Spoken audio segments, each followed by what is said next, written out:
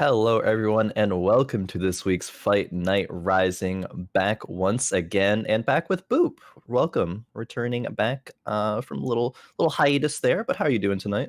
I'm doing good. I missed you. I miss Like you I too, got I Boop. got like I got like weirdly possessive when I saw clips of you. I love Pierre. Pierre and I we played D&D together, and he's a really good friend of mine. But still, just kidding. It's good to be back, and it's good to be back with you, Khroen. And I'm excited to see some new blood come in today. Of course, yeah, we got to see some new blood last week and even more today. Why don't we take a look at our players for tonight? We have the returning champion, paulhnlee. paulhnlee, definitely a player that I want to keep an eye on for tonight. And we also have Barrybadden returning as well as MrBobert. We have Garchompro, Tommstar, BonAppleT, Badasi, and Eren with us here tonight competing for that top spot. Yeah, I think the one to watch is probably Eren. Outside of that top three, has been here before. I believe has pulled off a victory here at Fight Night Rising in the past. So wants to come back in and show up once again. Though I have to say, in terms of quality of IGNs and names, this group has got it going on. We got BonAppleT. If you're a Spubby fan, you guys understand that one. You got MrBobert and Barrybadden. I mean, come on, this is all really great. Plus, we're gonna have some really wonderful TFT on tap as well. They're not playing for nothing. They are not playing for nothing. They are playing for a part of that $200 prize pool and a chance at returning next week. First place will get $100, second place will earn 50, and third and fourth place will earn 25, but only the top three will be invited back for next week. Now, with the lack of kind of like solidified fight night greatness that we have here, that really opens up a lot of opportunity for new players to come and prove themselves. So I'm really excited to see that tonight. Yeah, the 3-week curse, I believe, destroyed our last top three. And like with Sphinx, for example. So Yeah. I'm really excited to, like you said, to see some of this new blood. And it's, I think, really good timing to have this happen at the end of a set too, like Oh, leading definitely. into some of our bigger changes. This is a really great opportunity for a lot of these players to kind of show up and make a name for themselves. Like, because the thing is, right, no matter who you are, if you come back to Fight Night Rising 3 weeks in a row, you're going to start developing a little bit of a reputation, right? In a really, really good way. And so that's what all these players are going to be looking at, because this is usually their first go at consistently playing well in tournament styles. And paulhnlee, for example, has an opportunity to show how consistent he is, because consistency is a big part of success in this game. Definitely, consistency is the name of the game. Like paulhnlee was so consistent last week, getting top four every single game, even winning the first two games was kind of Gunmay-esque, if I might, dare to make that comparison. See if he's able to keep it up this week. Another point that you said, though, I think is really good, is that players, it will be a big opportunity for them to do it at the end of the set, because that'll motivate them going into set four to be like, wow, I did really good at the end, so I know that I can keep that momentum moving forward and keep performing well into set four. Mhm. Whereas, someone who might not have the best performance at the end of set three might be a little discouraged going to set four. Yeah. All comes down to Well, that mental, but I mean, doing yeah, well and at the end of set three definitely would lead to some success into set four. I think is really good to say, "Hey, I competed in set 3, right? So I can Yeah. definitely compete in set 4, and it's gonna be pretty different." There has been some things already shown out to the world, and some dev responses to some questions. But in terms of where you want to be right now, for these 8 members of this lobby, it's right here and right now in Fight Night Rising, because this is where you make a name for yourself, and this is a perfect time to do it. That it is. And jumping into game number one, we are on Galactic Armory with the perspective of paulhnlee. Let's see what item components all these players are getting. It's going to be cloak, tier, and a vest. So, not the best. There's no real like direction here. You can kind of do whatever with it. You don't really want to slam any of those items. You'll consider slamming like a frozen heart or something, but outside of that, there's going to be a lot of different direction, I think, based off of these components. And I think that is like the one of the best changes. I can't tell you how much more awesome this Galactic Armory Oh is. I yeah. know it's been a couple weeks, but just from what you said, like there's so many different directions. Basically, what happens on these first 2 item rounds, these first 2 NPC rounds, are going to determine which way a lot of these items are going to go. Like you said, we could go Frozen Heart, but all 3 of those components could be going into 3 separate item components that we find here Yeah. upcoming. And If you're paulhnlee, though, you're actually feeling pretty solid about what's going on here. We still got the Hodge, a little bit of a nerf recently, but it's still definitely, I think, a good item, especially early on in the game. You got the Ionic Spark, and you've already seen him separating exactly where he wants to see these Yep. items. So Ionic Spark is just one of those items that will always have value. It's damage every time there's an ult, you know? Oh yeah, and reducing the MR is a great effectiveness for that item as well. I think that Ionic Spark is an item that you're okay to slam early game, you're okay to slam mid game, and you're okay to get it late game too. It's just like a never bad sort of item here. As paulhnlee gets a bit of gold in the form of a Blitzcrank there. Couple of brawlers as well as with the Ziggs. Might go into some early rebels. We'll see though, but for now just some chrono brawlers. Oh man, seeing Rebels. The last time I was here, I was like, yeah, I've played 20 games without getting eighth place. I got 6 eighths in a row earlier, in Oh no. this week, and they were all because I was like, I want to be a Rebel player. So, I'm having a little bit of PTSD here. I mean, so something that I found out when it came to exploring that comp is that like are you gonna tech into the brawlers? Are you gonna tech into like the blasters earlier on? And that kind of decision making in the mid to late game was really hard for me. So I have a brand new respect. It used to just feel like put items on Jinx and win. There's a Yeah. lot more nuance there than initially anticipated. But we're gonna go ahead and put that Ionic Spark on that Malphite. We got some beefy boys on here for paulhnlee. Yeah, definitely. Malphite with the Ionic Spark, not a bad item holder for it right now. Could even, see the Ionic Spark for the majority of the game if paulhnlee does go that 6 rebel route and doesn't find another Blitz or doesn't find another Malphite, excuse me. But it's fine right now. Even the little bit of AP gives Malphite a larger shield. Not going to be making any other completed items right now, though, is sitting on 4 components and decides to put a sword onto that Nocturne. Might even win this round actually with Ionic Spark value here in the Nocturne tier 2, just dealing enough damage while Malphite's tanking it all. Yeah, I would assume that this Malphite's gonna have a lot of damage on this end screen. Oh Yeah, yeah. more than the Nocturne. One of the greatest counters to a cat's early game is an Ionic Spark. So, I mean, anyone of those quick casters, and if you're able to get into the back line, like it's a little easier to do in the earlier game, you're going to find a lot more value out of those Ionic Sparks. But yeah, I mean, probably sitting pretty here. I mean, in terms of what this comp could be, we still don't quite know for sure, but for what it is right now, he's sitting pretty. Oh, definitely. And we see paulhnlee scouting around here, and we see a few different directions. Saw someone with an RFC Master Yi already. We saw someone with like 2.5 completed mech items. So we're going to see a lot of diversity here. A couple players with blue buff as well. Looking at this TF on the other side here, see it being the blue buff holder for now. Oh, TF, one of these days you'll do more than hold. He reminds me of all those husbands that like are go shopping with their partners and they have to hold all their things while, you're getting dressed. My poor husband. And that's kind of like what TF is in this game is the ultimate purse or bag holder.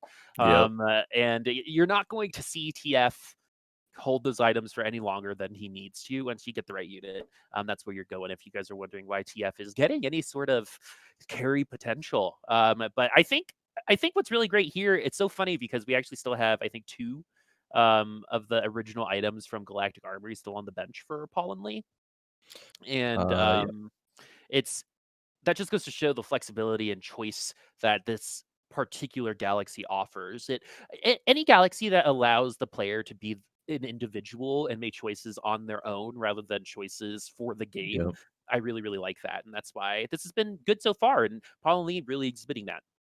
Oh yeah, definitely. Off of that point of player agency, player choice, there was the set 3 like learnings article from the TFT dev team that I think Mort Dog had posted. If anyone's familiar with that, they talked about just that, the importance of players being able to make those choices and players feeling like they actually have some control over the game, as say opposed to I think the example is you get full item carousels like 3 times in a row. It's like you don't really choose anything there. Like you're not choosing to build a certain way, a certain components. It's just what item you're going to get left over with. And with Galactic Armory, and we talked about earlier, that change from the completed items to the components, it gives a lot more back to the players in terms of the choices they're able to make. And paulhnlee wants to make the best choices possible with those items and is able to hold and wait for that best possibility because paulhnlee still win streaking 100 HP.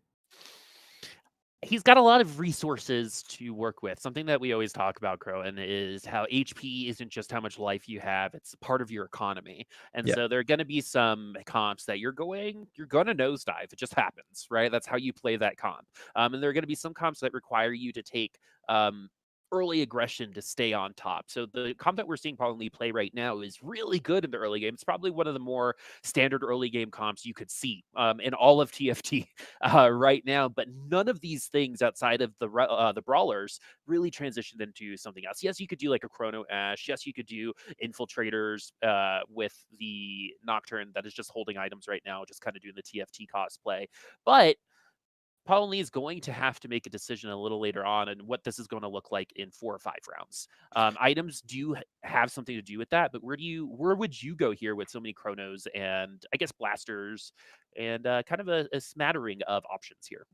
I mean, I suppose there's a few different options. paulhnlee did choose to slam that Infinity Edge. You could put that on a Jinx potentially. You could also put that on something like a Jhin. I don't think. I mean, paulhnlee is holding a Fiora for a while, so that makes me think like, oh, there could be a possibility of cybernetics, but it's really awkward to transition into cybers from this state. So I would probably think that paulhnlee is going to stay away from that. But there's still a couple of options. Astro Sniper Yeah. is still really, really good, so I wouldn't be surprised if it does go into a Jhin. I mean, the items for all of those comps that you mentioned are great. Yeah. Unfortunately, we don't have the actual champions to utilize it. I mean, a lot of chronos, and the thing about chrono is you can top form with the chrono ash, but I don't feel like that's a comp you ever go after at the beginning, right? And I don't feel like a lot of Yeah. people in a tournament are like, you know what I'm gonna do? I'm gonna run a chrono ash today and get fourth, right? And Yeah, not maybe, really. If you're gonna um, play Chrono Ash, it's gonna be a mid-game, like, transitional sort of state, and then put yeah. items like a Janna later and just get your 5 costs and all of Mhm. that, and And try to so win from there. this could lead that way. We shall see. But we've already got, is that a protector spat on the other side? It looks like it It might is. be on the great. Yeah. That It's just is so funny Protector to Spat see. and some mech items. Yeah, so Protector Spat is so good on any multicaster, anyone who casts a lot.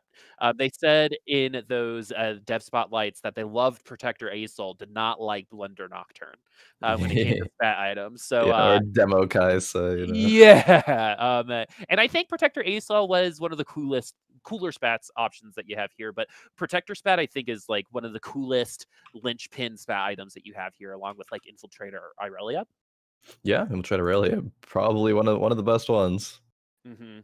And, that protector spat can kinda go, you'll find use out of it, especially if you're going the protector way, but protectors can kind of suffocate your options, a little later on as we get another tier. Yeah, Th speaking of options, that's a blue buff there for maybe a Teemos that Jhin route I was Mhm. talking about a little bit ago, we could see come to light. Yeah, I think we should go snipers here. Uh, Rule? That's Okay, right? solution. Yeah, it's, this is what you call a player playing best board, Yeah. right? Like, this isn't anything special. Yes, we're starting to lose and probably will continue to, depending on Mm. on this matchup coming up, because he's starting to fall off, which is probably also why you saw some items get put on some characters. Because of that loss, it kind of tells paulhnlee, all right, we need to, if we want to continue win streak or if we don't want to hemorrhage HP, we got to make some changes. And those items are going to be those changes. Yep.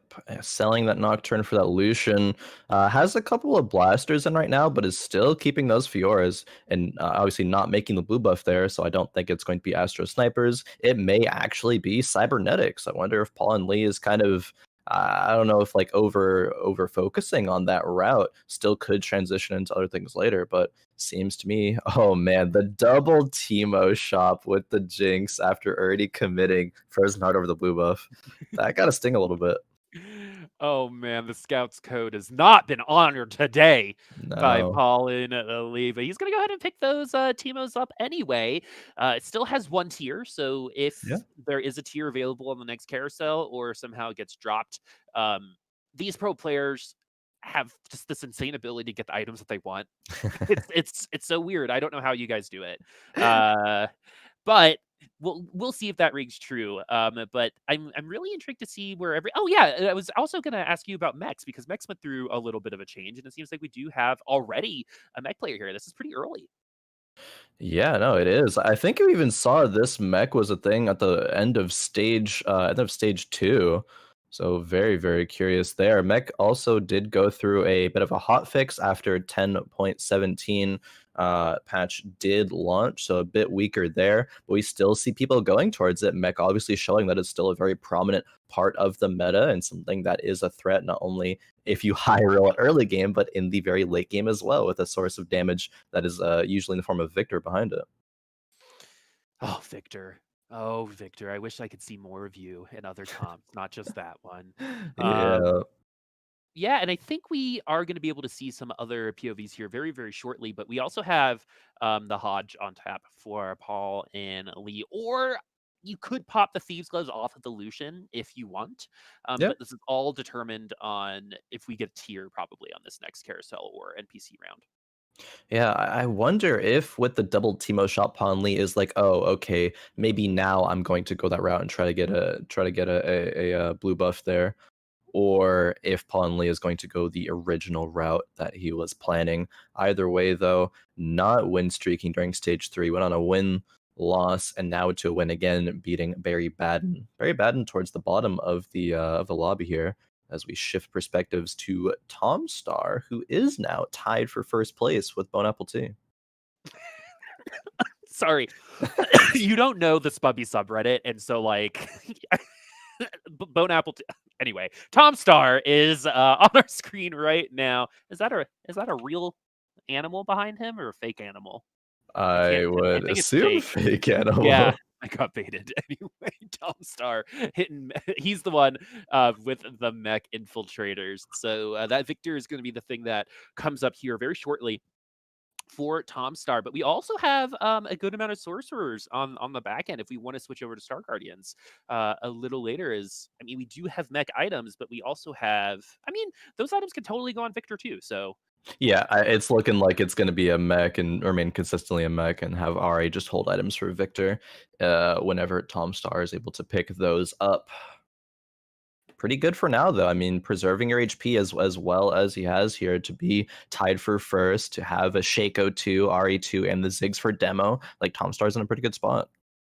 anytime mech is usually one of those team comps that's like, all right, you're going to lose a little bit of HP until you get the mech. That's like your big power spike. And to have it so early on here with really good weapons as well, doing the dodge version of it, the mech, even with the hot fix, I mean, this mech is still super, super strong. I mean, when you have that demo along with it, that AoE ultimate that it does, the Garen ult, it will absolutely hemorrhage the ability of your team to do anything.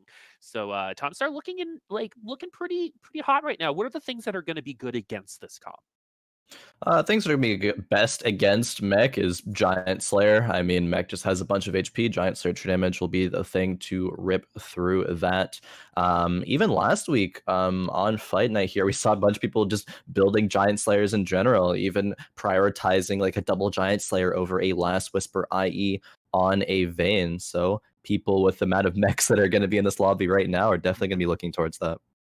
Last Whisper, IE. I got baited into that so many times in my 6th place in a row. Still a great item combination, but there might be a way to maximize your outfit. Put a little, maximize your outfit a little bit, later. But yeah, the mech is looking very, very strong right now. Interesting that we're sticking at 39 gold. Yeah, not willing to sell anything here. I mean, you do want all of those units, I suppose, in the bench. So sometimes you just got to look at that 39 and not have it be 40 and just, grit your teeth through it.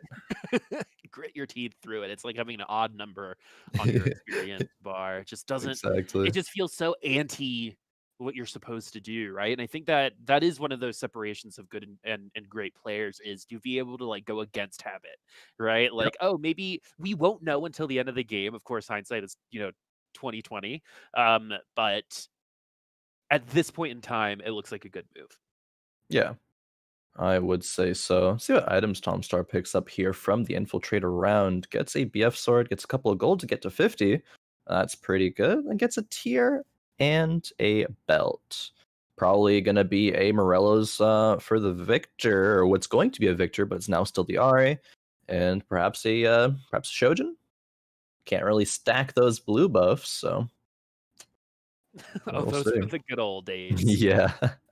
Stacking those Seraphs, machine gun zigs. Oh yeah. Oh yes. Never forget. Anyway, but Tommstar is looking to set up a pretty big lead here too, because the unfortunate thing for Tommstar is he's not going to be doing a ton of damage over to his opponents because of the mech, but he should be able to consistently take down a lot of these players. I mean, the Blade Masters are doing pretty well so far. That Master Yi is crushing it, but a couple ultimates from the Ari. I mean, Master Yi doing Master Master Yi Yi is things. Master Yi. It was kind of that hope. There's part of if you ever play Summoner's Rift, the last thing you want to ever do is root for Master Yi. And so, and so I think some of that bias kind of came out here. But yeah, like I think it makes sense though for the Yi to be good against that mech. Yeah, definitely dealing that true damage is going to rip through the mech stats. You have the bramble on there for the armor, but Master Yi doesn't really care too much about that. I do actually soon, probably after this round, want to check out Eren's perspective, because Eren, while having a Master Yi 2 with 2 very good items, that RFC and Runans, has dropped pretty low. And so now is the question, has Eren stabilized with the comp that he has currently? Does he have the 6 BMs, to the spot that he needs it to be? Is he going to choose to level up over going for, Master Yi Yasuo 3? I see Tommstar still just dominating most matchups here, though. Going to be taking out Paulhnlee that round. It looks like he's switching all the way over to cybernetics. That is a tough transition. Yeah, it was the transition that I said earlier. It's like, I don't know. It's gonna be a stretch, but I'm gonna try to make that work. I got baited into like almost the exact same situation, and one of my 8th places where it's like, oh, I have a cyber now. I see the Lucian, right? Let's go that way. I have great items Lucian can hold. Like I understand the decision making behind it. It's just cybers. The joke is you lose health until you got 6 cybers, right? Yeah. And you have to have the right items. And while we got the items, we didn't have any of the units. So it's like he started the game 4 rounds later than everybody, right? And a little bit. You can compensate, like crazier things have happened. Open fording wouldn't have been a thing if that wasn't, a possible comeback mechanic, but it might be a little hard here, just like it's going to be pretty hard for Eren to once again get some Master Yi heroics, and this time around will fall. That's pretty unfortunate. Eren had to roll down to about 10 gold, is now sitting on 13, to even just find that 6th Blade Master, and it was in the form of a Xayah. Like, fortunate for Eren that it was able to find that, but still, losing the round is not going to be a good feeling after that. Dropping to 26 HP is still 3 Yis and 3 Yasuos away from getting those 3 stars. It is going to pick up, I believe that was a sword. From that carousel. Yeah, I believe it was. So we'll be able to get that Blade Master Spatula for the Zed, but that's the only item that's going to be on the Zed, though. It's not the power spike that we're looking at if you're an Eren fan. Which is unfortunate because all the pieces are here, right? Something that is becoming very, very popular recently. Oh my god, I went up against someone with a triple ZZ rot. Like literally 2 hours ago. Oh, wow. And I still am upset, but why does that always happen to me, by the way? Like sometimes when I play, I just want to have a normal game, and even when I'm like, I'm going to play normal, because I'm usually the one with the triple ZZ rod. Yep. Maybe it's just karma. Maybe you're doing all these, wild things, all these wild, wacky things, and someone else does it, and you're just like, wait a minute. I know. I'm the hypocrite, not you. But yeah, the Blade Master Zed is a really good option here in terms of how much more DPS they're going to be doing. It's definitely going to matter here, especially since Zed does steal AD away, and the targeting here from that Zed is absolutely perfect. But if that targeting isn't there and that Yi gets CC'd like it did on that last round for Eren, like you really, really see the feast or famine of this comp. Definitely. Hopefully Eren is able to keep feasting. Is up to 30 gold now. Probably will have to roll once he loses one more round going into stage 5. because it's likely that if he's on, 15 or less HP, could just die in one hit to a really bad matchup and a bad loss, which can happen. And we've seen it happen to Eren not too long ago, against that Sorcerer matchup, even. Master Yi got CC'd and doesn't have a QSS or anything like that. So that protection really just isn't there. All right, it looks like we're seeing double two for Eren TV, two Master Yis. One's going to be, they're technically two different characters at this point because one's ranged and one is melee. True. And, you're getting a little bit of column A and a little bit of column B there. And we're able to take another dub. So we're actually feeling pretty okay here. And, what I said, when we're probably going to be losing a lot if we're Paulhnlee. Yep. Look at where he's at right now. Hasn't won a round since we Oh, actually man. transitioned off of him. And that cybernetic transition, transitioning into cybernetics, in my opinion, is one of the harder transitions to do. Yeah. In general, but the way that Paulhnlee did it was arguably the hardest of those of the options. I think so. It's not like you roll like triple Irelia or like triple Vayne in a shop and you already have a couple other cybers and you're like, okay, this transition is actually better than the board that I have currently. Because the thing about cybernetics is that if you're going into cybernetics and losing, that's not a good look. Lose streak cybernetics, like Keck W. That's the meme. And like it's just I'm really surprised that Paulhnlee would go that route after being so consistent in last week's performance. It wasn't really a kind of like first or eighth play style like this is seeming like. So maybe just not being as comfortable on the patch as Paulhnlee would like to be. But in my opinion, the patch isn't even too much different. Just a different play style here and not really Yeah. working out, at least so far. Hopefully we'll be able to stabilize though. Yeah, I think playstyle really comes into play there in terms of how the early game went, which was perfect, right? Remember, we were sitting at 100 HP with Paulhnlee Yep. until he lost that last round and we switched over. And we talked about how hard it is to transition out of that chrono setup, right? And I think we just kind of saw that in real time as Shaco now versus the world. That double frozen heart though might Yeah. be all that he needs. Huge ultimate. Oh man. Second one goes through GA is going to be popped, and that is going to be a loss for our friend here. Eren, though, is looking pretty good. Three-game win streak is going to be on fire if he wins another one. Has 50 gold, so definitely has stabilized the ship. This is exactly what you want to see on this roll down is that Okay. 3-star Yi. Even though I also think that having the brothers on the field might have actually Ooh. helped him here. And that's just as bad for Paulhnlee. You know what I mean? If he's able to pick up those three Aurelias this quickly, what is Paulhnlee doing? As Yeah. we are transitioning over to BonAppleT our here. BonAppleT, um, who is running a protector setup, protector karma. I like the way Yeah. they think. Very interesting. I'm not sure if that's going to want to be there eventually, probably get moved over to something else like an Aurelian Soul. But for now, a bunch of protectors on this board here is going to be enough to beat Barrybadden. And it's close. This Kog'Maw, if he's able to live and heal up with the battle cast, and it looks like he barely Oh! is. Jin's fourth shot, a little too slow. If only attack speed worked, my friend. As we are still looking for that Aurelian Mhm. Soul. We are level 8, so we have a pretty good chance of seeing it. Yep. Moving over that Urgot to have Man. some good positioning. Some of these Urgots are like Chris Kyle snipers, and some of them are like me playing laser tag, which is on the bottom of the leaderboard. But we'll see. And Urgot positioning is something that I really, really like seeing from pros and seeing how they deal with the trade-off of, do I get a high value target, but maybe not get the kill, or am I going to be safer and get that value later? Yeah. See what kind of value it's going to get here. Fizz knocking Urgot up and is going to be dragging in a Rakan. But that's that fight. That's Shaco, much too powerful. The Jhin and the Ashe too, dealing a lot of damage as well. We actually did see Paulhnlee end up falling last round, so not the start that I was expecting to see out of Paulhnlee. A little bit disappointed, but hopefully be able to pick it up during the next game. MrBobert as well, falling in 7th. MrBobert was one of the top 3 last week to get invited back here. So these new players really coming out strong right now, challenging those who did very, very well last week, even against the likes of, Sphinx. Yeah, I actually think that all three of our top 3 are at the bottom Oh yeah, right actually, now. Barrybadden as well. Yeah, Barrybadden is on the bottom, so we've had a complete Bizarro world situation here. It's a parallel universe. Yeah. We're in the blue box, they're in the yellow box, Futurama reference.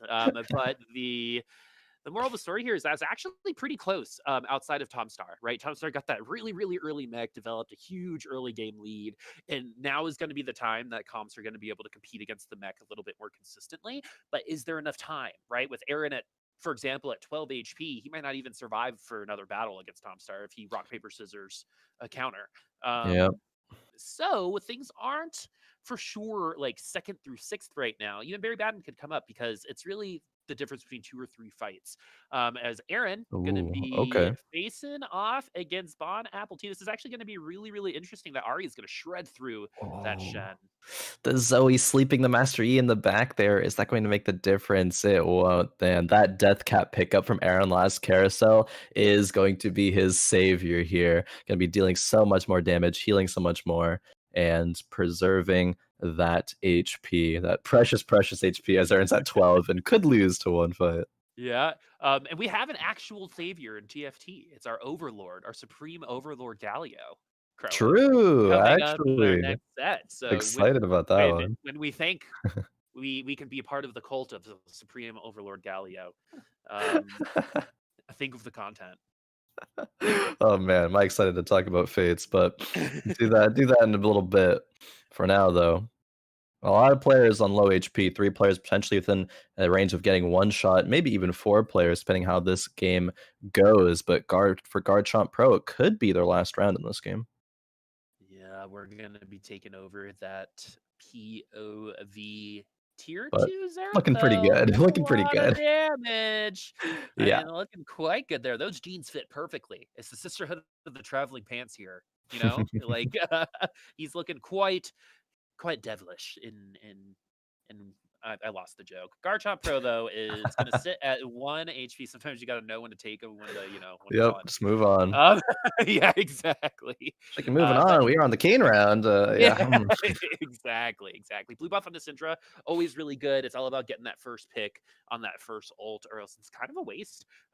Quicks over on the Xerath means that probably one ultimate. Swordbreaker is not the item of choice here. No, really unfortunate actually. Maybe we'll just even go on the Nico for some stats. I mean, Swordbreaker gives you some MR and some armor. It is only a Nico 1 there. The Jin Zhao really being the only frontline on Garchomppro's board here. Double Bramble. A little bit counterintuitive, but still, it's just a lot of armor in general. Rolling a Karma 2. Disarm goes onto the Janna. I mean, she has got the highest attack speed, and with Yeah, her and has the uptake, rune ends, so yeah, and being able with to that, proc it on 2 people. yeah, and let's see where the karma links. Hopefully Yeah. not on the recon. Just valuing clumping up those units. Links Oh, to the to the recon, yeah.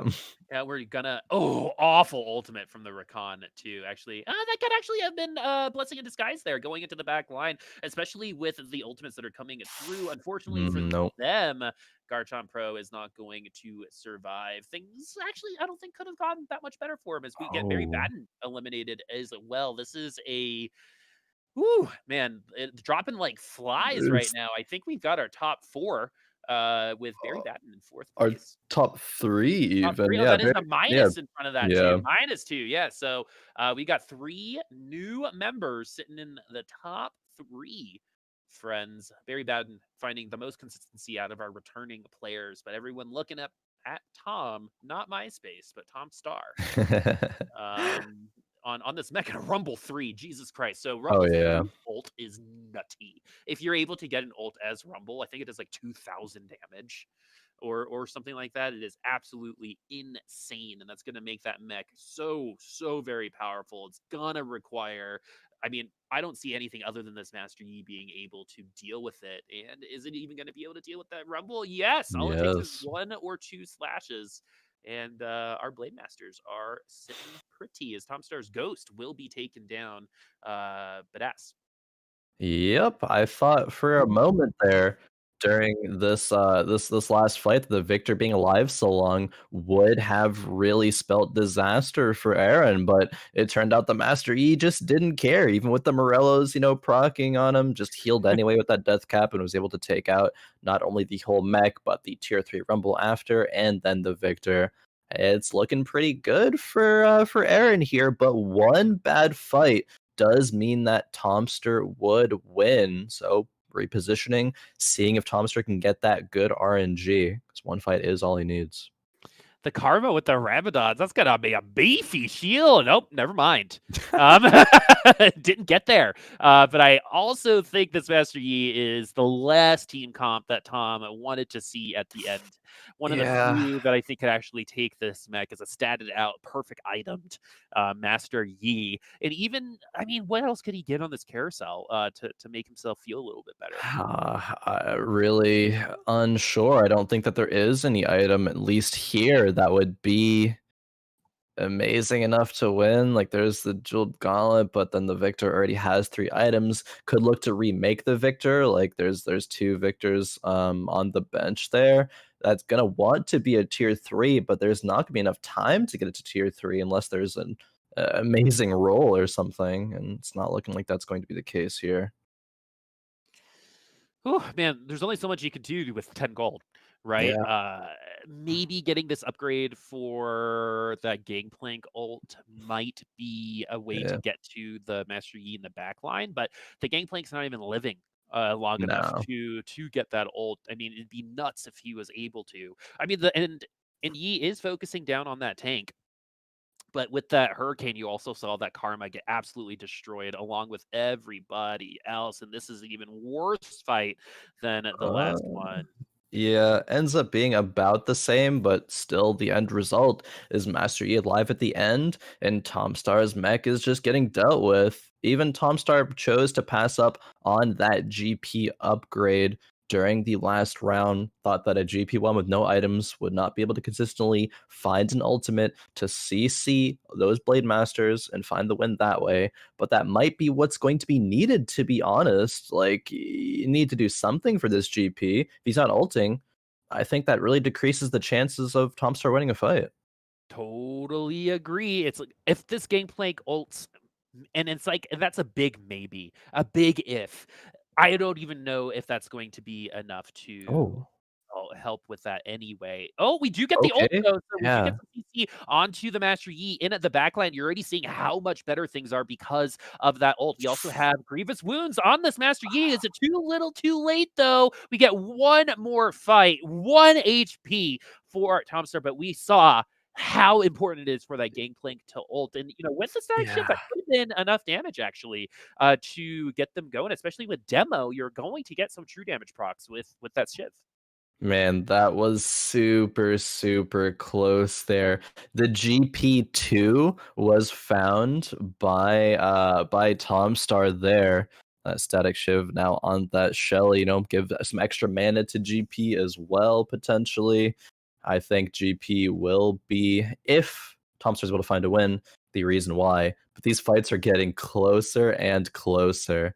Eren still rolling down at this point, as opposed to leveling up. I guess this will be the last fight of the game, no matter what happens, though. So Mhm. just choosing to find an upgrade if possible.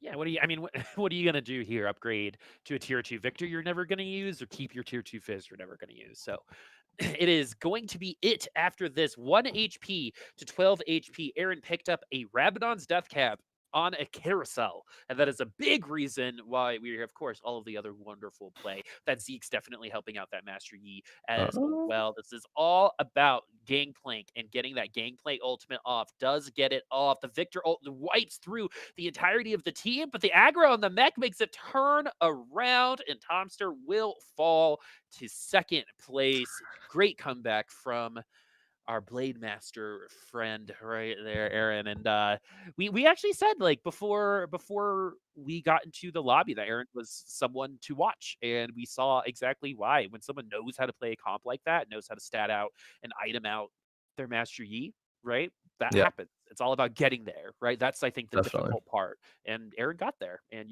he was pleasantly rewarded for his journey.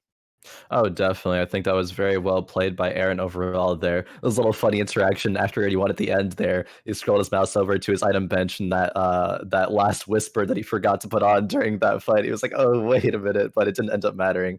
Eren still taking the win anyway. And those Blade Masters, I mean, I think Eren played exactly how he needed to, rolled down very aggressively at level 7 to find that 6th Blade Master, ended up with that spatula, getting that Blade Master Zed. And Blade Master Zed was a huge deal in terms of winning, like taking out every single backline threat that he needed to. A lot of victors. There was a Kog'Maw at some point in the game that he perfectly jumped onto. Eren's positioning was good. Game sense was good. It was just all there to be able to take a first place. Mhm. I think the positioning was the number one good call there, because I think you could be baited into positioning the Yi away from the mech, right? Because, in terms of MOBAs, a lot of the time you're like, don't focus the tanks, right? Even in Yeah. TFT, focusing the tanks can be a bad thing. Yeah. All of us who've lost aggro on vein tumbles understand that. And so I think the positioning to say, all right, I'm going to go just straight through the mech. Sometimes the best defense is a good offense, right? And I think that was exactly the right decision to make. Is we do have our first lobby scores, as Eren will be taking first place 10 points, Tommstar 8. I think that is Badasi at 7, Yep. BonAppleT 4, Garchompro 3, MrBobert 2, Paulhnlee 1, and Barrybadden at 6. Yeah, So Barrybadden able to barely get that 4th place last game. There's 3 people who died in the same round, and I think Barrybadden won the 4th versus 5th type, not really a tiebreak there, but the 5th versus 4th placing by like 3 HP. two. And He was at -2. yeah, definitely. And I just really want to see MrBobert and Paulhnlee have a better game number 2. Looking at last week's performance, really would have expected them to come out of the gate swinging, but we still do have 3 more games to go. TFT is one of those games where you can have a poor game. One game doesn't really determine your whole tournament performance, your whole career performance, anything like that. So we just got to look forward to the future and hope that for their sakes they do well. There is a it's like the hosting club in SNL. There's like a little bit of a club of people who have gotten 8th in a lobby and then have won fight night. I think there are like 3 or 4 people that have done it. That's Primal, I think, comes to mind. Yeah. Who was one. Better Know Me, a European player, was another one. A victim of the 3-week curse, as well as That's Primal, also a victim of the 3-week curse. I kind of made that up when I first got here, but it's so funny how true that has actually become. It must be, I mean, it's got to be difficult to pull off 3 wins in a row in any TFT scenario rather than over 12 lobbies, right? Yeah. Oh, definitely. Also another question that I wanted to bring up, Boop, did you think that you saw anything out of the ordinary last game in terms of the meta, or do you think that overall, we saw more of the same, more of like the last, 3 patches of being a pretty similar meta? That's actually a really, really great question. I think what happens, especially in this particular meta, is because it's pretty diverse, right? We actually saw a good amount of team comps. We saw some sorcerers, we saw mechs, uh, we saw Chronos even at the beginning. Rest in Yeah, a peace, little bit. Paul. But I think because we're seeing a good amount of options, it might feel like we're not, if that makes sense, right? Because in every game, we're seeing a bunch of different possibilities. I think sometimes that might actually look like there are less possibilities. There's like a word for that. But and I don't have it, even though I'm paid to speak on these things. Yeah, I'm not sure either. I'm an English major and I don't know the word you're referencing, I so know. much of a fault on me. Is it a real word? I don't know. I might be making it up, but I think what I'm trying to say here is I like the fact that I didn't see anything crazy. As much as I love crazy, we Yeah. should leave crazy to like the spatulas or intentional craziness like Protector Asol, right? Which is also one of those spatulas. But because it's been like that for the last 2 or 3 weeks, it might not feel like we're pushing the envelope enough, or there has been enough innovation. But we're at the end of a set, and this is exactly, I think, where the end of a set should be, all tied up with the bow. And plus, that new galaxy, which is all of the galaxies, Oh yeah. is gonna be sick. But 3 galaxies in one. Monkas. I know, right? Oh, it's gonna be great. But now that we're back in game, who are we looking at? We're looking at Paul and Lee Yep. once again, and This is going to be all about not getting baited into that chrono start. That chrono start is a very common one, but as we saw earlier, it is very difficult to transition out of if you do it too late.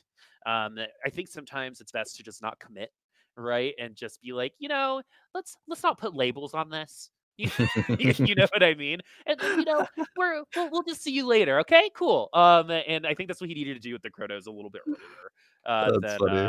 than committing a little too much too early. Yeah, I think from my perspective, like, having those few chronos with or the couple of chronos with the Blitzcrank and the Caitlyn was fine. I was win streaking with that. Throwing the Ezreal in there to get, 3 chronos, maybe it's like baiting you into, maybe you go 4 from that point, but you don't really want to. It's not going to be that great for you.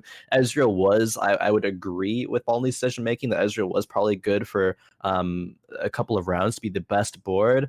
But after that, and trying to keep the Ezreal in for a while, as well as trying to transition into Cybers from that point. I think Yeah. all of that combined made it really difficult for paulhnlee. I think if that transition was into something different, perhaps even like the double Teemo there, if that went into an Astro Sniper, I think paulhnlee pretty much I hesitantly will say definitely would have been a top 4 at that game. At the very least, not an 8th though. Like, oh man, it's just that transition Yeah. was so painful to watch, even looking at it from their very early game and saying, okay, there's one Fiora there, but keeping it. Is this a cyber pivot? I wouldn't like it to be. I don't think that's like great, but still paulhnlee tried their luck there and it didn't work out. And that transition is so hard, like you said, in general. You have to do it perfectly, right? Like Yeah. you're gonna lose, right? That's gonna happen. And you have to be able to pull up that nosedive in enough time. And if you just start that transition too late, you might not ever get that opportunity. And I could feel like that's what paulhnlee was doing. So this is a little bit more of a normal start here. We've got some Vanguards along with Ziggs. And this Poppy Leona start is something that you see in a lot of games, deciding to actually get that ZZ Rot, Yeah. which means that he's not going to have to level up here if he wants to on that next round. We've got an extra little buddy coming up. That we do. He's gonna be a tanky little buddy. He doesn't do that much damage, but still a good front line. Already having a couple Vanguards front line though, and just a Ziggs in the back, but that Ziggs will get burned down by the Graves and the Morellos. This Like, is don't think it'll be enough. a perfect scenario if you have a bard. This is Oh exactly who yeah, you want to face, because this is going to go into overtime. yeah. It's gonna be like Bard's probably going 5 to meets at get least. this early on. That is like, guys and gals, that is a Yep, lot it's of 5, meats. maybe 6. Like that's 1.5 levels this early on, right? And so just like the race to these levels is just going to be so naturally easy for who had that bard, and that's like, Tommstar, yeah. yeah. So Tommstar is going to already be a level and a half ahead of everybody just from that one round. Yep, that's pretty crazy. I mean, having a Graves Tooth Morellos already is a pretty good item holder, as well as just direction to where you want to go later. I wouldn't be surprised with that Morellos slam. Tommstar decides to want to go into Mech Victor again. It worked out pretty well last game. Obviously, did fall to Eren in the Blade Masters later on, but Blade Masters, again, as you referenced, being that feast or famine sort of play style, Eren did kind of feast, getting to that late game, getting that tier 3 Master Yi with perfect items, getting that Zed with BM spat. There's a lot going right there, so you can't really fault Tommstar for that. So should be pretty confident in that direction again. I mean, Tommstar's also got a bunch of meeps on his side that he can even True. just like he Yeah. can just save too. Like that's the thing about bards. You don't have to use those meeps right away, right? You can play your early game and kind of hoard those meeps, let them stampede into your XP bar instead of count them one by one like sheep. And even though the ZZ Rot is gonna taunt, it's funny too because you put it on the Poppy who's dying last, but the ZZ Rot, one of its greatest things is that it taunts aggro. So we very interesting choice there. I like that we're seeing ZZ Rod a little bit more, but Mm. might not have been the best option there. But that's not going to be the case for Tommstar, as we have some good options for him. I like that we leveled up, got the Yeah. battle cast in there. Something I always say in every cast is there are 2 battle cast units that use that trait extremely well, and Cassiopeia is one of them.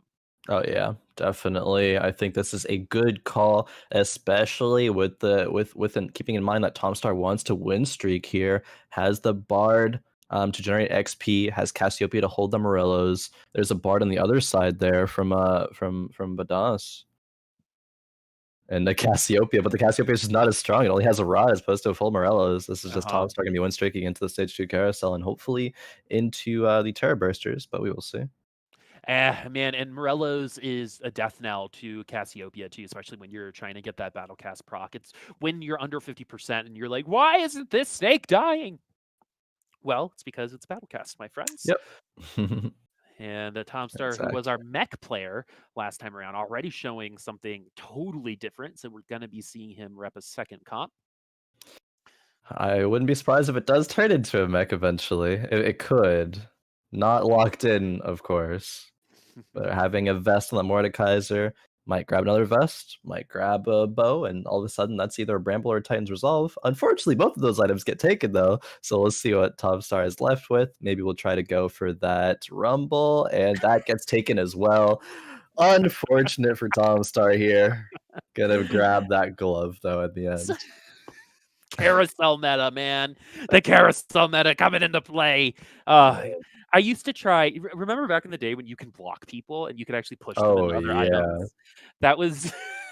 Yikes! I like. Don't tell me, Boop. Don't tell me you tried to bully people all the time, man, all the time. And here's me like, why can't I get a normal game? And I'm like, I remember when you could force people to play things that they didn't want to play. You're the worst. I am. I'm sorry.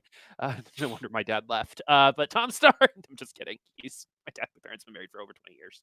But the Tommstar here with the Morellos on the cast, that's pretty good early game, and that should help with other Cassiopeias around and other battle cast players, especially with the Kog'Maws out, especially with other Casses. But you got to get to that damage. The problem with this Vanguard Mystic comp has always been not a ton of damage up front. Yep, no blue buff in that Cassiopeia, not enough raw power means Tommstar will be losing their first round. Eren, though, still win streaking fully at 100 HP. See, Tommstar does pick up the Rumble, but didn't pick up any in the last shop. So if that's going to be looking at a mech, I'm kind of curious as to why that wouldn't be picked up. Maybe Tommstar just picking these up because they don't cost econ right now. Tommstar also choosing to keep a couple of leveled up units on the tier 2 units on the bench here with that TF and Zoe, but not choosing to play them. I wonder why that is, opposed to just trying to make econ.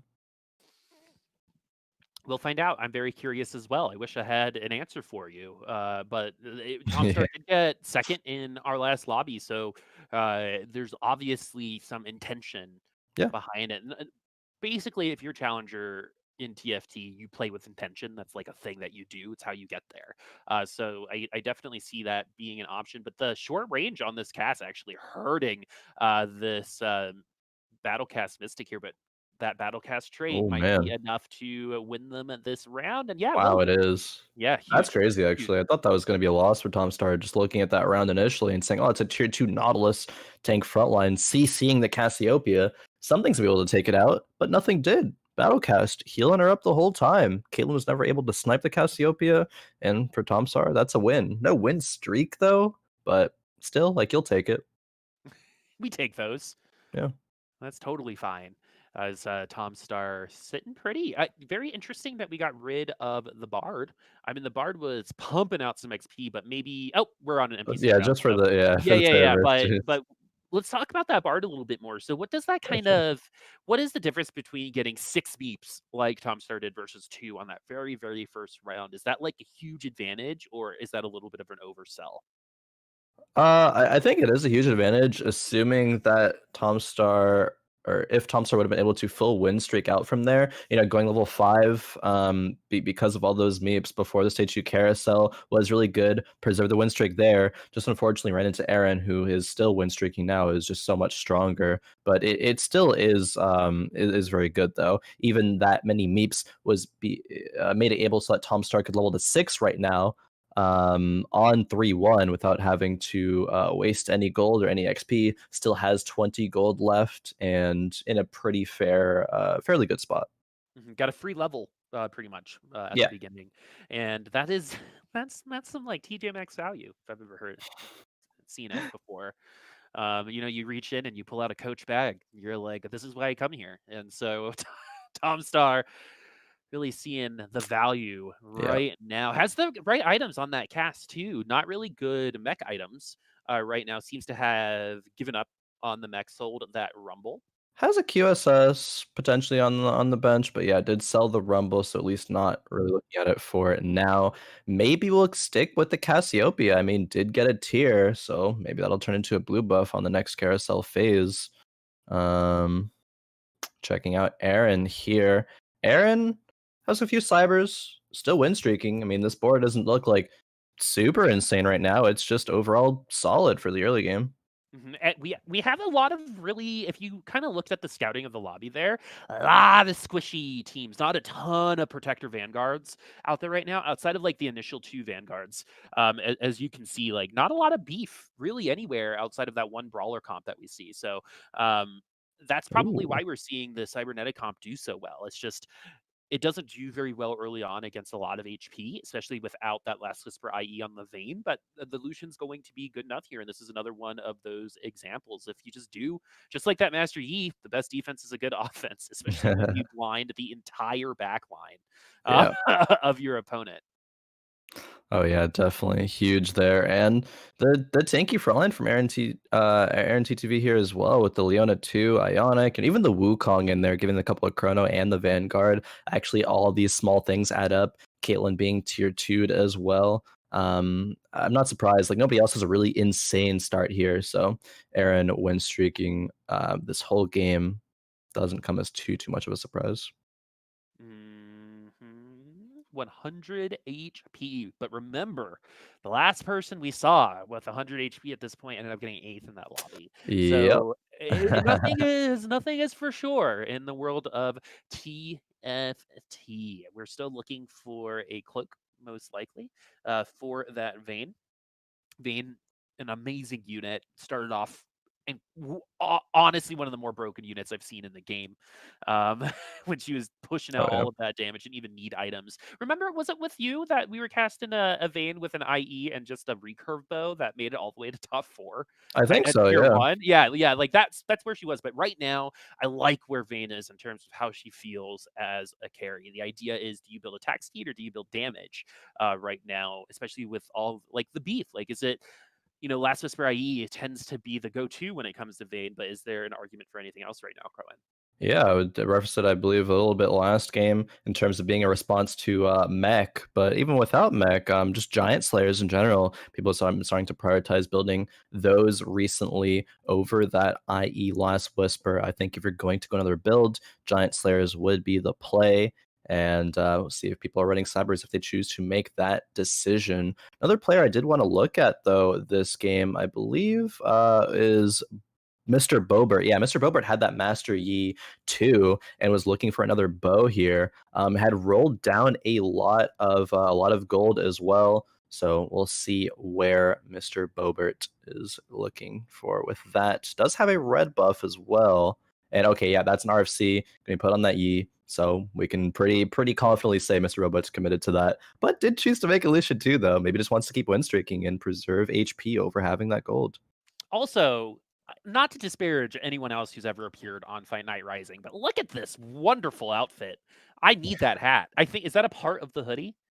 Or I Uh, cannot tell, I but don't think so. I need to know where that's from. So And you were here last week, Boop, but MrBobert had a different hat on for all 4 games.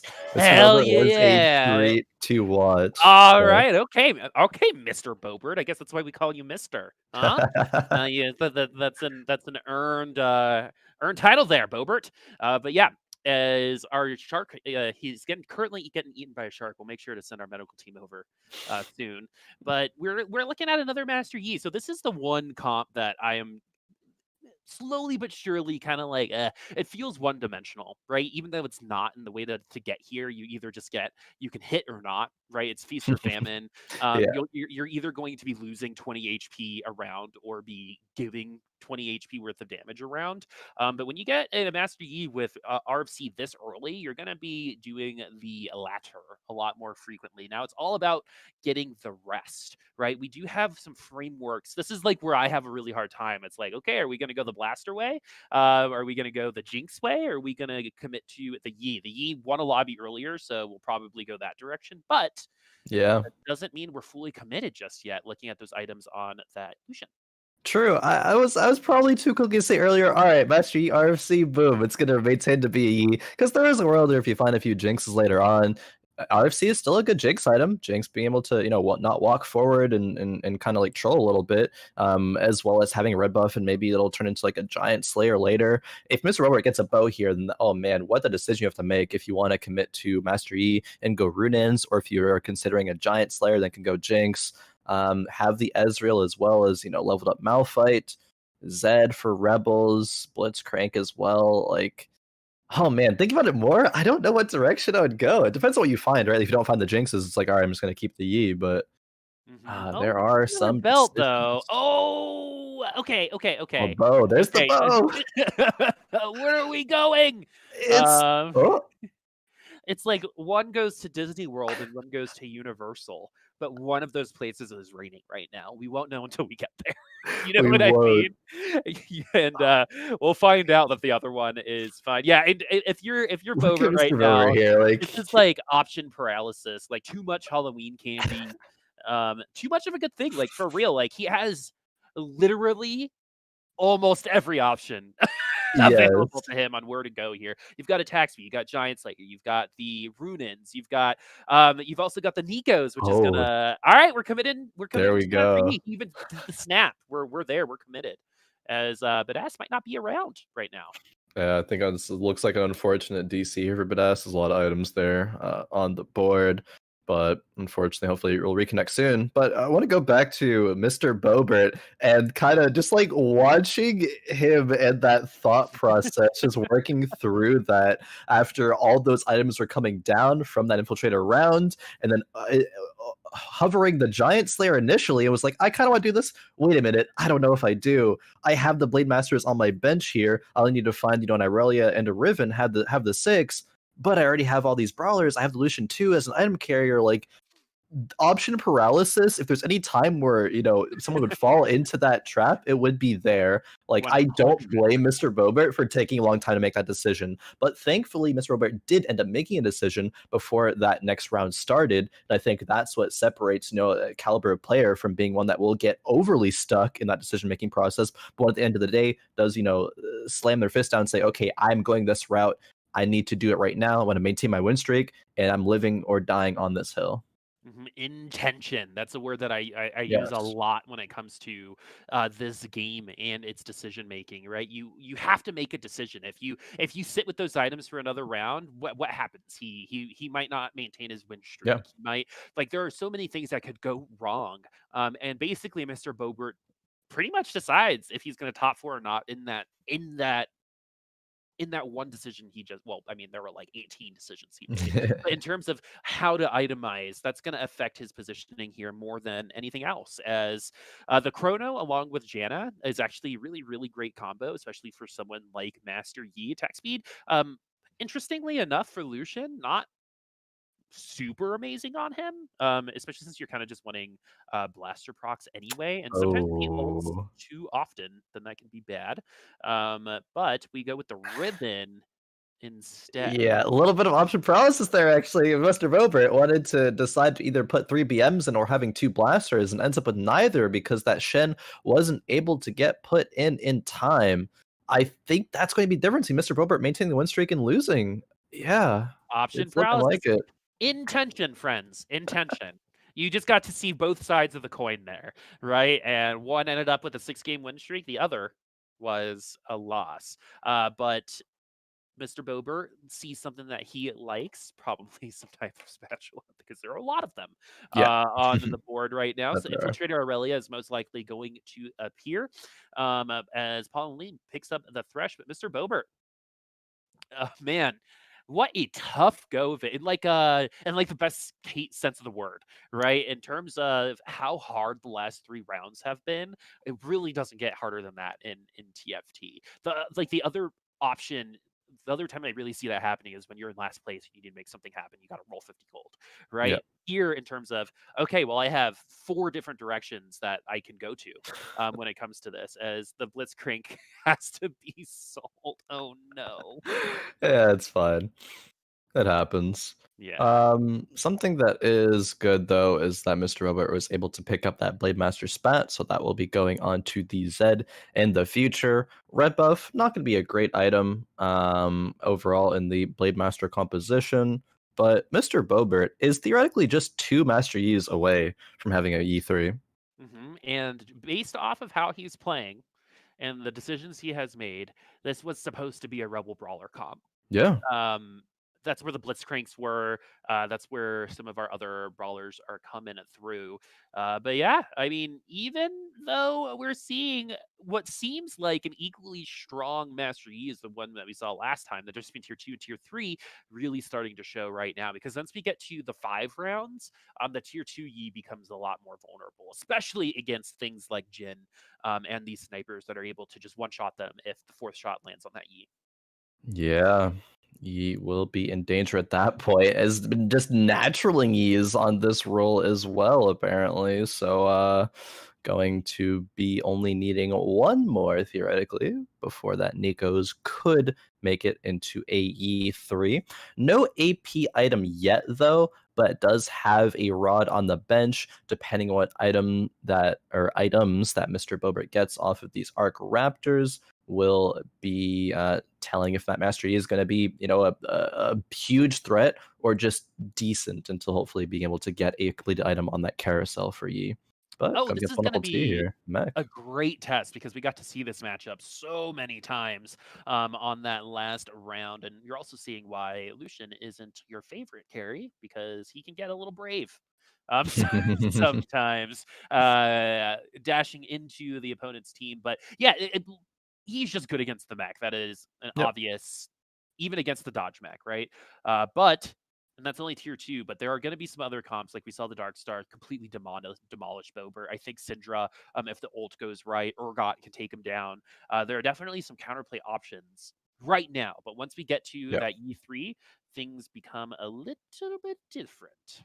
Definitely. Also, speaking of those Dark Stars, I want to take a look at paulhnlee. paulhnlee being the only player on a win streak right now and seemed very, very dominant just a couple of rounds ago. Has 6 Dark Stars with that Dark Star spatula, has Jarvan with that ZZ Rot. Now, we go back to round 2-1. paulhnlee slamming that ZZ Rot. That's one of the best items that you can get for a frontline of a Darkstar comp that is traditionally just lacking frontline. Has that Shaco with 3 items. I think this is a really good direction, and I'm happy that paulhnlee, didn't get too discouraged about last game. Was able to, keep his cool and play game 2 really, really well here.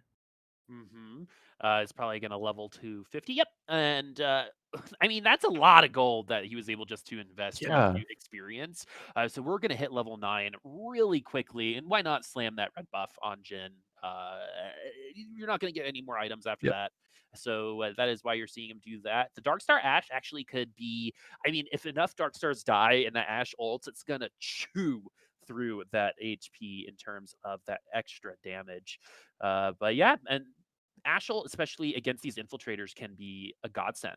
But the Echo, though, is going to ult just in time. The Ash doesn't ult, and how good he looked against the Blade Masters is how bad he's going to look against this. It looks like a Rebel comp on the other side. Yeah, and that Jinx Rebels. Not Formation. sure if it's I think it's 6 Rebels, yeah. Well, I actually do want to take a look at Barrybadden's board either way to see exactly what's going on there. I think I saw an Aurelion Soul 2.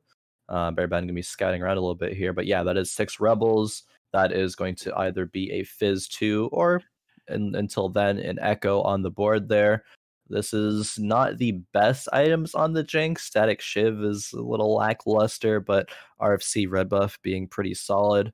I think Barrybadden, this is a comp that Barrybadden maybe even like crutched on last week seemed to go this route a lot. It has been working out, and Barrybadden was able to get a fourth last game. But will he be able to do the same for this game? It's all about keeping that Jinx safe, and Yeah. right now that Jinx is sitting pretty. Nanny cam Yep. is on that Jinx, no problem.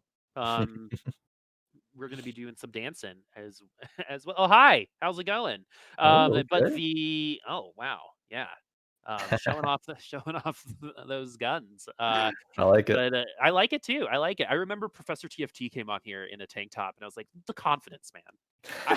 The absolute Chad that Professor TFT is. Anyway, but yeah, Barrybadden looking for some Master Yi's. Maybe I probably would have actually kept that Master Yi, knowing that there is someone out there looking for a Yi 3. Because I'm not gonna gain any interest if I don't Yeah, keep it. Or if I do keep it, right? So might as well, at least for one round, leave the chances to that E3 a little bit longer. I like that. Um, but 26 HP for Barrybadden. We're definitely on line. The the Acel with the Ludens is actually quite amazing. It usually only happens when you just have those Ludens components at the end, and then you put it on that Oh, man. Acel. So much damage, plus the mana That's drain, close plus the round. splash damage, and the Jinx still lives. So unless someone's able to get to that Jinx, Barrybadden should feel pretty good about himself. Yeah, that Jinx was on 1 HP for a while there, and if that Jinx had taken a little bit more and fallen, that would have gone the other way, I would have imagined. Also something we didn't really speak about was Garchompro. Unfortunately, it was out in 7th. There was the unfortunate DC with Badas getting 8th, but a couple other people are getting low at this point as well. Tommstar, our 2nd place from last game, on 16 HP currently. Tommstar, did pretty well. Now is playing Sniper Astros. Want to check in with him before he falls, or maybe doesn't fall. We will see, though, the strength of that board comparatively to others. And that's a team with a blue buff and Morellos, but only a Jin one with no items, and has a Nautilus there with those Thieves gloves. Has a Gnar with a Celestial Spat, Wukong with a couple of items. The front line's doing pretty well here. It's just, does Teemo have enough time to do that much damage and really solo carry this team? It depends on how long that Nautilus stays alive. Yeah. That's really it. As Tommstar, looking in the galaxies for his OnStar. I'm sorry. Oh my god. I'm sorry, The everybody. Shroud coming through. Good Shroud placement there by Tommstar this round. The Gnar does not hit the Master Yi, though, and the Teemo's gonna fall to that Zed pretty early on. I think, yeah, that'll do it for Tommstar. Actually, exact lethal there, unfortunately, goes out in 6th place. BonAppleT does lose the round as well, but still is on 5 HP. We're going to get our top 4 soon here, but now let's see who's going to be able to scrape in there and who's going to be the unfortunate one to fall. That is a Xerath too. That is a Yeah, giant boy right there, or elemental god, if I'm being specific. I think Um, lore-wise Zareth was like human-esque humanoid before, and then yeah, got I think turned so. into, yeah, the Xerath has Zareth been that like we in are the now. game for so long, and no one knows it. You know what I mean? Pretty much. You guys thought One Zareth of like lore. the first, yeah, one of the first characters that I remember like being around, and like just like, how long has he been here? As long as like Annie. Um, surprisingly, maybe a little bit shorter than that. But anyway, Yeah. as paulhnlee is repping that Xerath, oh man, so much damage Oh, yeah. from those cannonballs that just Oof. it seem like they appear randomly. As we do have that Yi 3 as well online. BonAppleT is going Yeah. to fall. Barrybadden sneaks into 4th place. We have our Once top 4 again. of MrBobert and Eren TV this time around going into that top 3. paulhnlee, though, in 1st place, could not be having a more different experience this lobby than it was that last lobby. Has that Jin 2 already. We're already seeing how hard it is for Jin to get found for some of our other players, but not as easy as it is to find the sword breakers that seem to be available whenever Kane is around. He's got Yeah, lots of sword breakers in stock, apparently. that's a 2 for 2. The person we're scouting on, or spectating on the Kane round is just a sword breaker. But, yeah, a couple of points here that you referenced. Paul and Lee having a very, very good performance this game comparatively to last. I think I would dare say last game was a bit of a fluke for Paulhnlee. Paulhnlee showing why they were the victor last week, playing the super, super well, had enough econ to go 9 before anybody else in the game, so played that transition very well. As well as Paulhnlee getting into the top 4 here. We got MrBobert and Barrybadden. Wow, that's a Shaco 3. That That's all for sure is a Paulhnlee. Shaco 3. I'd sell my soul for a Shaco 3, let alone those units. That's pretty good. Pretty good. And Swordbreaker actually finding some okay, so Echo is one of the best Swordbreaker holders in the entire game, even though he only got 1 proc Yeah. Oh, during that ultimate. Actually got gets his a ult off second there. ultimate there.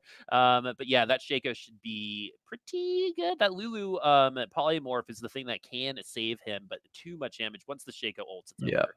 There we Thousands go. of damage per beating someone also at level 9. I don't see how the Shaco loses. Yeah, I'm not really sure, but who did lose there was Barrybadden, getting another barely 4th place here, so kind of consistently getting to that point, but not being able to rise above it, at least for now.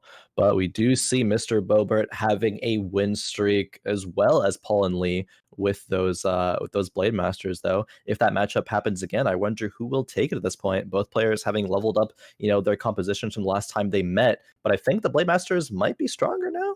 You ask and you shall receive, Khroen, as the Mort God Let's see. has spoken. The Shaco could compete against the Yi. The Yeah. Echo should actually definitely help. Oh, and we do Oh, have aggro on to the Yi. How much damage is that ult going to be? 5,500. And we find out that Shaco 3 might be a little bit better than Yi 3. So that was a ghost. So maybe that had something to do with it. But the big thing here is that it's burst damage versus DPS, right? Even though a lot of Yi's damage does come through burst because of crits and a lot of true damage and blah blah blah. The way that Shaco's damage comes is all at once at the same time. At tier 3, you're gonna be one-shotting almost every unit in the game outside of the mech, right? So yeah. that's a perfect scenario right now if you want to beat MrBobert's Yi 3, which is I think there might only be one thing here that can. Let's see if that Shaco is going to be able to survive another round against this Yi. Oh, okay. The Shaco aggroing actually tethers off of that Master Yi and goes into the Yasuo now. If Yi lives long enough with Oh, Shaco he's not gonna eat. targeting, oh yes, this is great for MrBobert here. All right. The ult, though, will heal him up completely. It's going to be up to that Master Okay. Yi. Thank goodness it wasn't just to that Yi. And that Irelia was able to help out. And as you can see, like, he totally could lose this if that Urgot doesn't eat Shaco. Even though Hmm. Urgot did eat Shaco, that was a lot closer than he probably wanted, as the GA, one of the best late game items, is going to be taken. Going to go ahead and use that Rebel Spat. So yeah, this is really interesting. MrBobert actually could go 6 Rebels, 6 Blade Masters. That is an option right now. Just needs to replace that Thresh with a Rebel and put that Rebel spat onto one of the Oh, Blade there it is. Masters. Oh, Oh, doesn't he could have doesn't picked want up to. Jinx. He could have picked up Jinx. Yeah, doesn't want to go for it then. Wants to keep that Thresh, I suppose, for Mana Reaver. Is that going to be worth it? Guess we'll find out. Yeah, it's one of those things that A plus B equals. We shall see. Ah, that was really good, MrBobert. And now against Oh, Paulhnlee, the Jin now is going to be doing a little bit more damage. That Echo, especially once we get to Echo 2 as well, and we do already have that Yi down for yeah. the count. So it's almost a coin flip. That fight, Master Yi got disarmed like twice at the beginning there, and then Shaco turned to him. So it really was just not great positioning by MrBobert there, and a little bit of unlucky RNG. MrBobert definitely, I think, needs to position the Master Yi away from where that Shaco is jumping, away from where that Echo is going to be jumping with that Swordbreaker. And with that in mind, I think MrBobert will be easier to take some rounds there. Going to be putting the Shen towards the back here into the 3rd row. Maybe the Shen will be able to catch some aggro there. Ooh, it is getting close, my friends. All eyes need to be on that Shaco and that Master Yi. The Shaco is doing exactly what he needs to do right now, but not identifying the Yi as the main threat Ooh. so far, as the Shaco is going to res the Oh, take and burst him down. Ooh. man. Basically, if the Shaco dies like any other time, if the Shaco doesn't have a GA, MrBobert wins this lobby, probably. Yeah. But Oh, because yeah. that Shaco has a GA along with the Bloodthirster and Hodge, if that is giving you extra damage, that ultimate's doing like what 400% attack damage or something like that. So Yeah. that's always going to be a full heal. Yep. Pretty much. That trap claw for MrBobert, I don't think will actually be doing too much there because the threat really is just Shaco. The round that MrBobert won, MrBobert was playing Urgot there, and now is not playing Urgot but playing Thresh, but there's no guarantee that the Thresh is going to be pulling in Urgots with how this bench is looking right now. MrBobert better hope that he hits something here. Okay, hits the Thresh too. What do you sell? The Aurelion Soul, I guess? Yeah, Yeah. and then you're gonna get some Urgot action, hopefully. Okay, the repositioning. The trap claw is there just to make sure we get a couple pulls. It leaves the Thresh all by his lonesome to. I mean, there is no blitzcrank, so there's really no worry for that. It does actually get the aggro from the Shaco, so the Shaco is going to get that ult off. It doesn't affect that trap claw.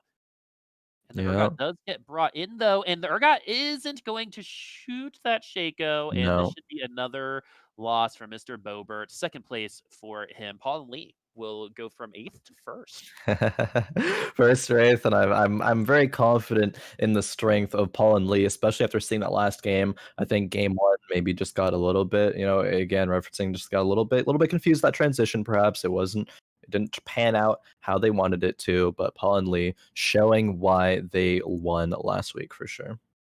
I think the real star of the show was Barry's guns. um, a, a, True. a little earlier. But yeah, I think Paul and Lee shows that it ain't over until it's over, right? You can lose one lobby and then literally win at the next. As we take a look at the scores. Yeah, after 2 games, see where people are shaping up, and Eren actually coming off of that win of the first game and then getting third place in the second game, 17 points and 5 points above Barrybadden. Mr. Consistent here, double fourth places, netting 12 points. Everyone else seemingly has either like a couple of not great scores or a good and a bad one. Tommstar 11 points, Paul and Lee 11 points, MrBobert 10, and then Badas 8. BonAppleT 8 and Garchompro having 5, but there is still 2 more games to go. So really, it potentially is anyone's game from here. Anyone's game indeed. I mean, when you have Paul and Lee finishing 8th and then 1st, like you got it. You can't count out that person either. So in terms of top 3 potential, literally everybody still doing good. So this is going to come down to these last 2 lobbies for sure. I don't remember the last time like at least one person wasn't eliminated at this point, right? Oh, someone, they're going to try to play spoiler, blah, blah, blah. But no, even Garchompro, based on how this lobby came through with Tommstar and Paul, and both having a second and then a 7th and then an 8th and a 1st, shows that it's really anyone's game still. Yeah, it is anyone's game, and we will take a break. But when we come back, we will see who is able to have some good placements and take this week's Fight Night Rising. Don't go anywhere. We'll be back in a few.